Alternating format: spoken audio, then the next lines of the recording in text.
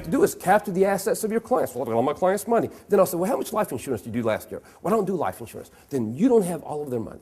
As a matter of fact, research shows that only 29% of investors have all of their assets with one advisor. Only 29% of investors have all their assets with one advisor. So today, hopefully, I'm going to show you the sea change that's taking place. Investors are tired of stuff falling through the cracks. Last year, of the people that passed away, 56% of them didn't have a will. Oh, but that's okay. They don't need a will. They didn't have that much money. All right. High net worth individual investors. These are individual investors with $10 million in investable assets and above. Get this. 47% don't have a will. 37% don't have an estate plan. 23% don't know the most cost-effective, tax-effective way to be charitable. Now, here's my question to you. Why don't they have a will? Why don't they have an estate plan? How many of y'all have this? Clients who had the estate plan done, but they're just not going to sign it. They just haven't signed it yet. Have anybody run across those people yet? Why won't they sign their estate plan? You know why? They don't get it. I'm giving my money away. I don't get it. What they're looking for is they're looking for a single point of contact that they can say, would you please review this for me and tell me if this is the right thing to do? April 17th, 1775. Paul Revere jumps on the back of his horse. He rides north for 17 miles. He yells those famous words, the British are coming, the British are coming.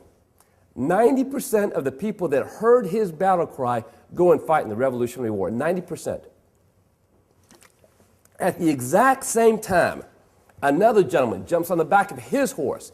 He rides north taking a different route. He yells the exact same phrase, the British are coming, the British are coming. But only 10% of the people that hear his battle cry go and fight in the Revolutionary War. Here's my question to you. Who is the other guy?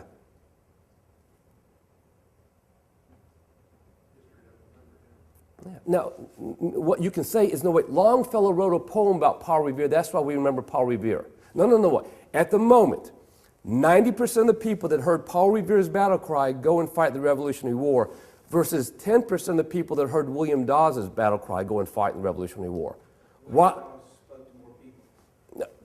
90% versus 10%. You know, oh, William Dawes spoke to more people? You know, here's the question. Why is it that they listened to what Paul Revere had to say? Why didn't they listen to William Dawes? They said the exact same thing. They said it with the same level of enthusiasm. You know, why is it we don't remember William Dawes? Here's the point of the story, is Paul Revere was more trustworthy. All right. Why do clients leave you? What's the number one reason why clients leave you? Number one reason, lack of communications. Number two, lack of trust. Where does performance fit in this whole thing? Performance is number 6.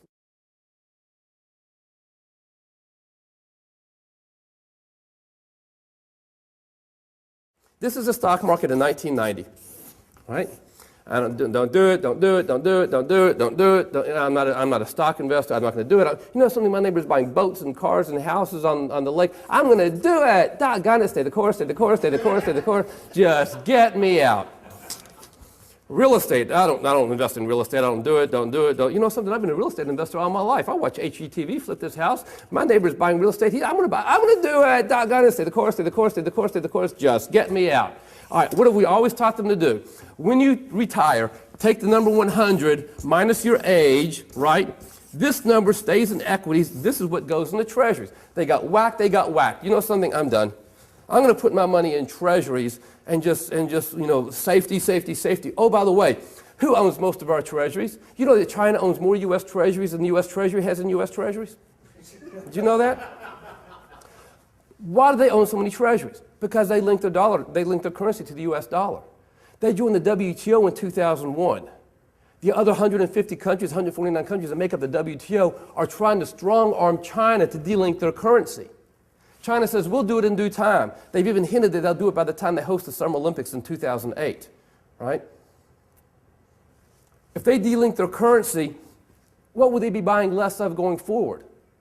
treasuries. What's going to happen to the oh, forget that. What's going on now? Tit for tat. You know, you've got lead on your Barbie dolls. You know, your food is bad. You know, so you've got this tit for tat going on because we want them to delink their currency, right? And what did they say just a couple of weeks ago? You make us delink our currency, you know what we're going to do? We're going to sell our treasuries. Why do they sell their treasuries in April and May? Just to show you what will happen if they sell 1.5% of their holdings. Market gets whacked. 63 treasuries go down 4% just by.